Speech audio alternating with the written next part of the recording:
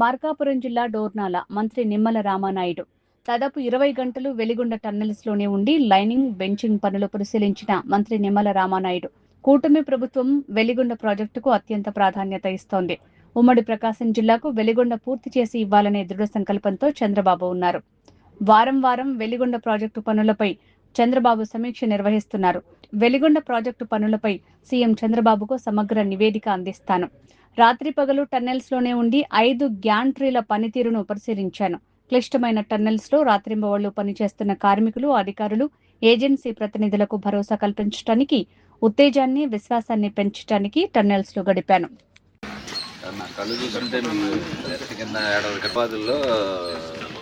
ఆడుకోకు commissioning ఒకటి ఉంది. పూణేలో కొంచెం లోపల వాటర్ వచ్చింది. అంటే శీతాకాలంలో ఉంటాయంటారా? వాటర్ వస్తుంది కదా సార్, మరి ఇట్లా స్టార్ట్ అవుతుంది. 2 వాటర్ వస్తాయి.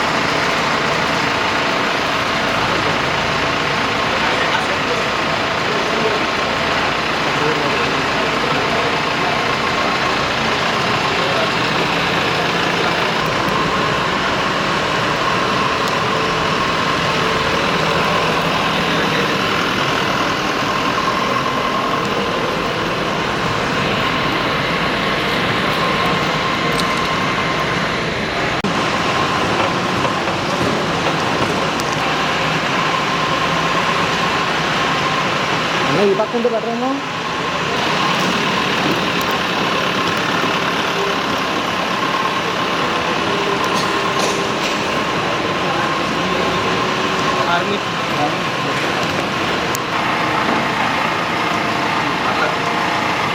లైట్ లైట్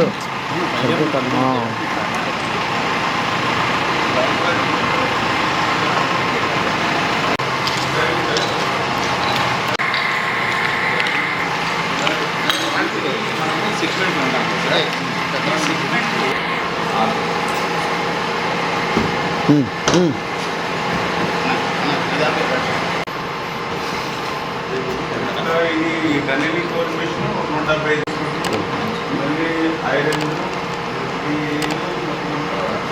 అకామిడేట్ చేసి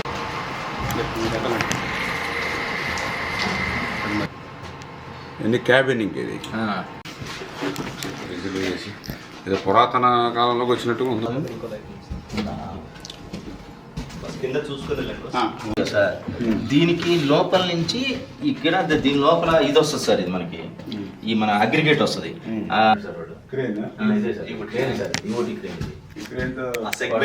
సెగ్మెంట్స్ లో లిఫ్ట్ చేసుకునేది సార్. కింద నుంచి వచ్చిన సామాను ఇండోర్ 33 kV సబ్స్టేషన్. ఇప్పుడు మేము అక్కడ టౌన్స్ లో ఇట్లా కడుతున్నాం 33 kV సబ్స్టేషన్. ఆ కెపాసిటీ సార్. ఇది వాళ్ళ రూమ్ సార్. ఆపరేటర్ ఇందులో ఉండి దీన్ని రన్ చేస్తారు సార్.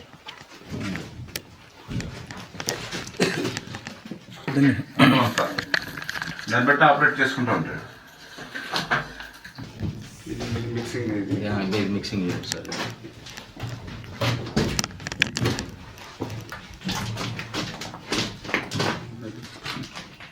అది చాలా రోజులు అయిపోయింది కదా సార్. ఇది దానిపైన మొత్తం ఈ సార్ ఇవి డిస్క్లు అంటారు సార్. రాయి కట్ చేసి జాబ్ సార్. డస్ట్తో కంచి వ్యూ బాగుంటుంది. చూసిన తర్వాత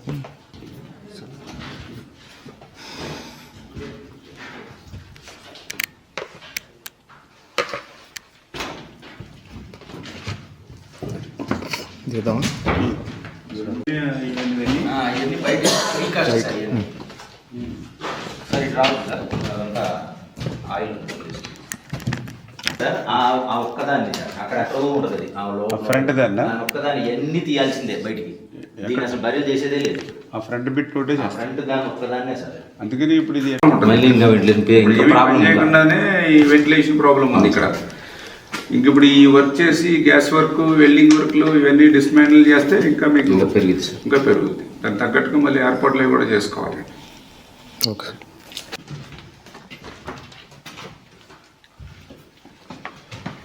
పైన చూసుకో.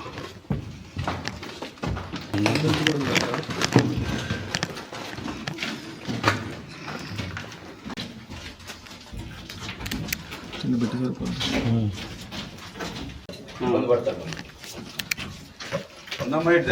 కుర్రాడు ఉన్నాడు సార్, ఈ సంబంధించి కుర్రాడు ఉన్నాడు సార్, తెలిసాడికి ఉన్నాడు సార్.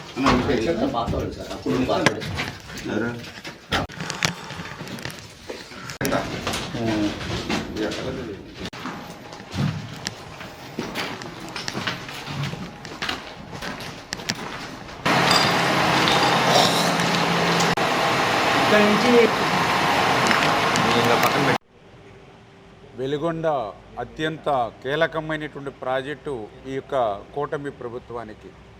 ఒక పక్క ఫ్లోరైడ్ బాధితులు, మరొక పక్క కరువు రక్కసి మధ్య చిక్కుకున్నటువంటి ఉమ్మడి ప్రకాశం జిల్లాకి ఒక వరంలా ఈ యొక్క వెలిగొండను పూర్తి చేసి ఇవ్వాలని చంద్రబాబు నాయుడు గారి సంకల్పం.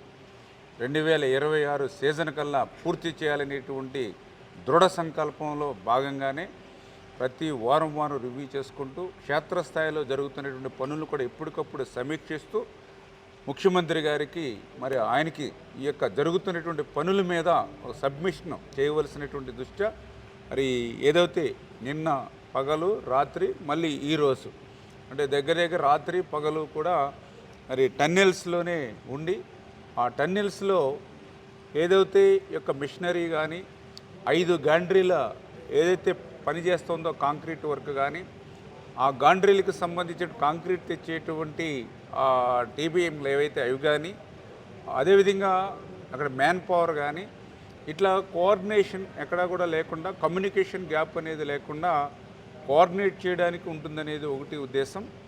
రెండవది ఆ యొక్క కార్మికులు కానీ ఆ ఏజెన్సీ కానీ ఆ అధికారులు కానీ, ఎందుకంటే నేను కూడా నిన్న ఈరోజు రాత్రి ఆ టన్నెల్లో డే అండ్ నైట్ జరుగుతున్నటువంటి పనుల్ని చూస్తూ ఉంటే చాలా క్రిటికల్గా, ఎందుకంటే కొన్ని చోట్ల క్లిష్టతరమైనటువంటి పనులుగా కనిపిస్తూ ఉన్నాయి. నిన్న నేను టీబీఎం దగ్గరికి టన్నెల్ 2లో పోతూ ఉంటే ఒక 30 మీటర్లు మనం నడిచి వెళ్ళే లోపల 3 చోట్ల కొలాప్స్ అయ్యి పడినటువంటి పరిస్థితి అక్కడ మనకు స్వయంగా కనిపించినటువంటి పరిస్థితి.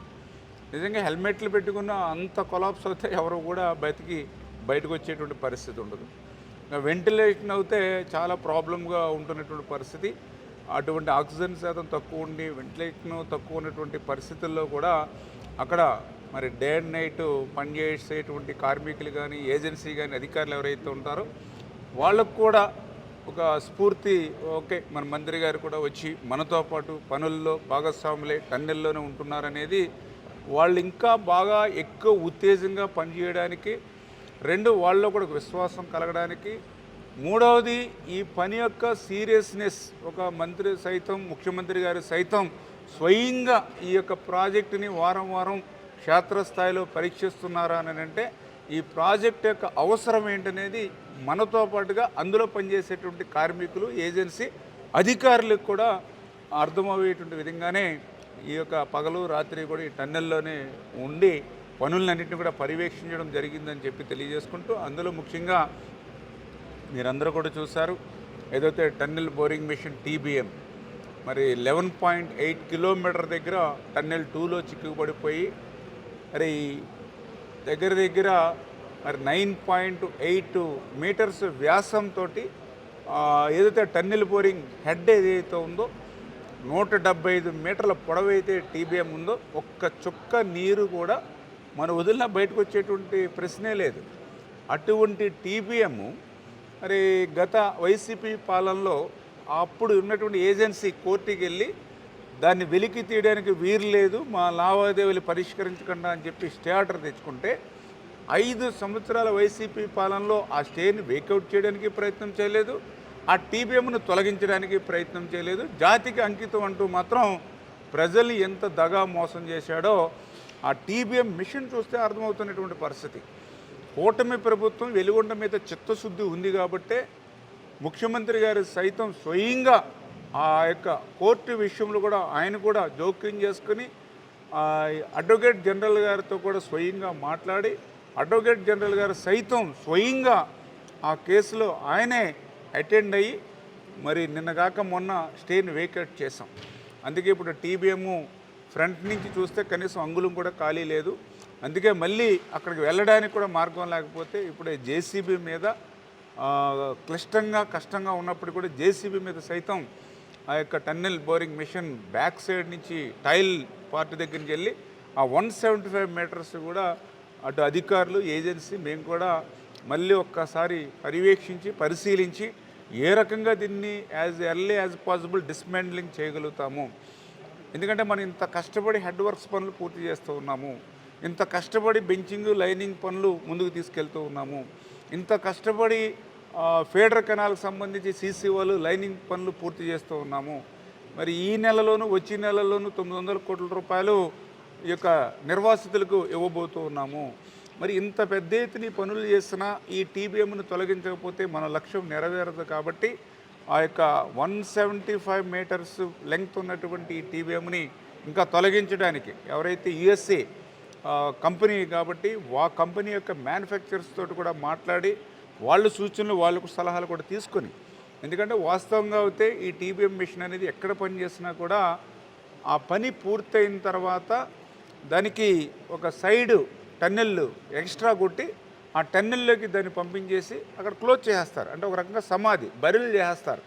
కానీ ఇక్కడ ఈ టీబీఎం అనేది సరిగ్గా పని మధ్యలో ఆగిపోవడం వల్ల ఇప్పుడు దాన్ని ఎక్కడ కూడా తీసుకెళ్లేటువంటి పరిస్థితి లేదు. కాబట్టి దాన్ని డిస్మాండిల్ చేయడమే ఒక్కటే మార్గం కింద కనిపిస్తూ ఉంది. దగ్గర 600 నుంచి 1000 టన్నుల దాకా మరి ఉండేటువంటి మిషనరీ అక్కడ కనిపిస్తున్నటువంటి పరిస్థితి. ఇప్పుడే నేను చూస్తే 33 kV సబ్స్టేషనే అందులో ఉన్నటువంటి పరిస్థితి.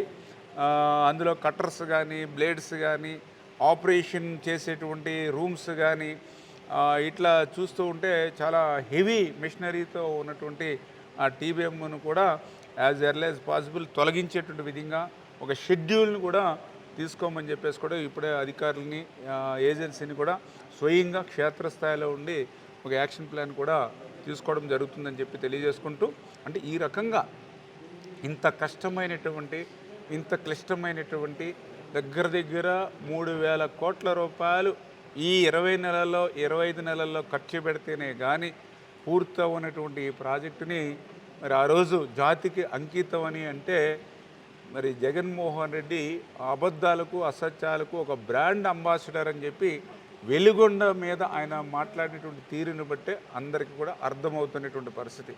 అందుకే ఈరోజు ప్రజలు కూడా ఆలోచన చేయాలి. ఈవేళ చంద్రబాబు నాయుడు గారు అధికారంలోకి వచ్చినటువంటి 22 నెలల్లోనే ఆయన శ్రమించి ఈవేళ సాగునీరుని త్రాగునీరుని పెద్ద ఎత్తున తీసుకొచ్చి జలం ద్వారానే జనం ఉంటారనేటువంటి భావనతో ఈవేళ పనిచేస్తూ ఉన్నారు. ఈవేళ మీరు చూశారు హెచ్ఎన్ఎస్ఎస్ హంద్రీనేవా 5 సంవత్సరాల్లో జగన్మోహన్ రెడ్డి ఒక్క అడుగు పని చేయకపోతే కూటమి ప్రభుత్వం అధికారంలోకి వచ్చినటువంటి ఒక్క సంవత్సరంలోనే 3,800 కోట్ల రూపాయలు ఖర్చు పెట్టి 728 కిలోమీటర్ వరకు ఆ యొక్క హంద్రీనేవా ద్వారా రికార్డు స్థాయిలో 55 టీఎంసీల నీరు ఈవేళ రాయలసీమకు అందించామనంటే మాట ఇస్తే మాట నిలబెట్టుకున్నాం. మరి అదేవిధంగా ఈ సంవత్సరం పోలవరానికి సంబంధించి లెఫ్ట్ మెయిన్ కెనాల్ను కూడా పూర్తి చేసి అనకాపల్లి వరకు కూడా నీళ్లు వదిలేటువంటి విధంగా క్రిటికల్ వర్కులు కూడా అక్కడ మనం పూర్తి చేస్తూ ఉన్నాం. అదేవిధంగా ఈ సంవత్సరం ఈ వెలిగొండ సంబంధించినటువంటి ప్రాజెక్టును కూడా మరి మనం 2026 సీజన్ కల్లా కంప్లీట్ చేసేటువంటి విధంగా ఇంత యాక్షన్ ప్లాన్ తీసుకుని ముందుకెళ్తూ నీళ్ళు ఇవ్వాలనేటువంటి ఆలోచనతో ముందుకెళ్తూ ఉన్నాం. రేపు 2027లో పోలవరాన్ని పూర్తి చేసి ఆ గోదావరి వరద జలాలు అటు ఉత్తరాంధ్రకు ఇటు రాయలసీమకు తీసుకెళ్లాలనేటువంటి ఆలోచనతోటి అదేవిధంగా ఉత్తరాంధ్రలో ఒక 11 ప్రాజెక్టులు ప్రయారిటీలో పెట్టుకుని 2 సంవత్సరాలు 2,000 కోట్ల రూపాయలు పెట్టి అవి పూర్తి చేయాలని. అదేవిధంగా రాయలసీమకు సంబంధించినటువంటి పోతిరెడ్డిపాడు దగ్గర 40,000 క్యూసెక్కులు వెళ్ళేటువంటి సామర్థ్యం ఉన్నటువంటి ఆ యొక్క పోతిరెడ్డిపాడు హెడ్ రెగ్యులేటర్ దగ్గర నుంచి అటు తెలుగుగంగ కానీ, ఆ GNSS గాలేరు నగర్ కానీ, కుందు కానీ 80,000 క్యూసెక్కులకి రెట్టింపు పెంచేటువంటి విధంగా అక్కడ పనులు జరుగుతాయి. అంటే నేను ఎందుకు చెప్తున్నానంటే, ఇంత పెద్ద ఎత్తున ఆర్థిక పరమైనటువంటి ఇబ్బందులు ఈ రాష్ట్రాన్ని వెంటాడుతున్నా కూడా ఇన్ని ప్రాజెక్టులు, ఇన్ని రిజర్వాయర్లు పూర్తి చేసుకుని రాష్ట్రాన్ని సస్యశ్యామలం చేయాలనేటువంటి ఆలోచనతో చంద్రబాబు నాయుడు గారు పనిచేస్తూ ఉంటే, మరొక పక్కన ప్రతిపక్ష హోదా కూడా రానిటువంటి జగన్మోహన్ రెడ్డి ఈవేళ చేసినటువంటి తప్పుల్ని తెలుసుకొని దాన్ని సరిదిద్దుకుంటాను అని పాయిచిత్తంగా ఆయన లెంపలేసుకుని ఆ తప్పుల్ని సరిచేసుకోవడానికి ప్రయత్నం చేయడం మాని మరింత విధ్వంసంతో ఆయన మాట్లాడేటువంటి తీరు రేపు రప్ప అని మాట్లాడుతూ ఉన్నాడని అంటే, రేపు గంగమ్మ జాతరలో పొట్టేళ్లను నరికినట్టుగా నరుకుతాను అని అంటూ ఉన్నాడని అంటే, ఈవేళ ప్రజలు అర్థం చేసుకోవాలి. ఈవేళ సాగునీరు త్రాగునీరు ఇచ్చి రాష్ట్రాన్ని సస్యశ్యామలు ఇచ్చేవాళ్ళు కావాలా, లేదంటే ఇట్లా తలకాయలు నరికి రక్తాన్ని పారించేవాళ్ళు కావాలా? ఈవేళ ప్రజలు అర్థం చేసుకోవాల్సిన పరిస్థితి ఉంది. నీళ్లు పారించేవాళ్ళు కావాలా, రక్తాన్ని పారించేటువంటి వాళ్ళు ఈ రాష్ట్రానికి అవసరమా అనేటువంటిది ఈవేళ ప్రజలు కూడా అర్థం చేసుకోవాల్సిన అవసరం ఉంది. ఈవేళ నీళ్లు కావాలా, లేకపోతే ఇట్లా రక్తాన్ని మరి చిందించి ప్రాణాలను హరించేవాళ్ళు కావాలా? ఈవేళ ఎందుకు మాట్లాడుతూ ఉన్నామనంటే, ఈవేళ ఆంధ్రప్రదేశ్ రాష్ట్రాన్ని మళ్ళీ రేపు 2047 కల్లా అగ్రగామిగా నిలపాలని చెప్పి ఈవేళ చంద్రబాబు నాయుడు గారు ఈ రకంగా ఇంత పెద్ద ఎత్తున రాష్ట్రంలో ప్రయత్నం చేస్తూ ఉంటే, దాన్ని అడ్డుకునేటువంటి విధంగా, ప్రజల్లో ఒక ఆందోళన సృష్టించేటువంటి విధంగా, ఆ అభివృద్ధికి సంక్షేమానికి ఆటంకాలు కలిగించేటువంటి విధంగా ఈవేళ జగన్మోహన్ రెడ్డి ఏదైతే ఈ యొక్క రప్ప అంటూ రక్తాన్ని పారించేటువంటి సంస్కృతిని, ఒక గొడ్డలి సంస్కృతిని, ఎందుకంటే ఈవేళ గొడ్డలి పార్టీ అనే ఈవేళ ప్రజలందరూ కూడా ఎందుకు భావిస్తూ ఉన్నారని అంటే, ఒక్క సొంత బాబాయిని గొడ్డల వేటికి వేసినందుకు ఈవేళ గొడ్డల పార్టీ అంటలా. ఈవేళ ఆయన యొక్క తీరు, ఆయన యొక్క మనస్తత్వం చూస్తూ ఉన్నారు 20 నెలల నుంచి కూడా. మామిడికాయల మీద ఎక్కించుకుంటూ పోతాడు కారుని, తలకాయల మీద కూడా కారుని ఎక్కించుకుంటూ పోతూ ఉంటాడు. కనీసం కనికరం లేదు, మానవత్వం లేనటువంటి పరిస్థితి. ఆయన పుట్టినరోజులు వస్తే ఎవరైనా రక్తదానం చేస్తారు, లేకపోతే ఎక్కడైనా హాస్పిటల్లో పేషెంట్స్ ఉంటే వాళ్ళకి బెడ్ ఫ్రూట్స్ ఇస్తారు, ఇంకా అందినంతటువంటి సాయం చేస్తారు. ఎక్కడైనా మనం చూసాం, ఎక్కడ బట్టలను అన్నమోనో దానాలు చేస్తారు. కానీ మొన్న మీరు చూసారు వైఎస్ఆర్సీపీ కార్యకర్తలు నాయకులు తీరు. పొట్టేళ్ళని రెండు రోడ్డు మీద తీసుకొచ్చి నడి రోడ్డు మీద పొట్టేళ్ళు నరికి ఆ నరకడం ద్వారా వచ్చినటువంటి చిందినటువంటి రక్తాన్ని ఆ జగన్మోహన్ రెడ్డి ఫ్లెక్స్కి మరి పూసేటువంటి పరిస్థితికి వాళ్ళు దిగజారారనంటే, గొడ్డళ్ళు పట్టుకుని ఆ యొక్క వీధుల్లో వీర విహారం చేశారు అంటే ఏ రకమైనటువంటి తీరుతో వైఎస్ఆర్సీపీ పార్టీ అంటే, వాళ్ళ నాయకుడు మనకు తెలుసు, ఆవు చేలో మేస్తే దూడ గట్టును మేయదు. అందుకనే జగన్మోహన్ రెడ్డి ఆలోచనకు అనుగుణంగానే ఈరోజు కింది స్థాయి వైసీపీ కార్యకర్త వరకు కూడా ఆ బాణీలో వెళ్తూ ఉన్నారు. కాబట్టి ఈరోజు ప్రజలందరూ కూడా ఇంకా ఫ్యాన్ గుర్తు కాదు, గొడ్డల గుర్తు పెట్టుకోవాలి. ఇది వైసీపీ పార్టీ కాదు, ఇది గొడ్డల పార్టీ అని చెప్పి ప్రజలు నిర్ధారించారు. అంచేత ఇటువంటి ప్రశాంతతకు మారిపోయినటువంటి మన ఆంధ్రప్రదేశ్ రాష్ట్రంలో ఇటువంటి గొడ్డల పార్టీలకి చెల్లు చీటిచ్చి శాశ్వతంగా ఆ యొక్క గొడ్డల పార్టీకి ఈ ఆంధ్రప్రదేశ్ రాష్ట్రంలో స్థానం లేకుండా చేస్తే రేపు 2047 కల్లా ఈ రాష్ట్రం అగ్రస్థానంలో కూటమి సారథ్యంలో ఉంటుందని చెప్పి మీ ద్వారా తెలియజేస్తాం.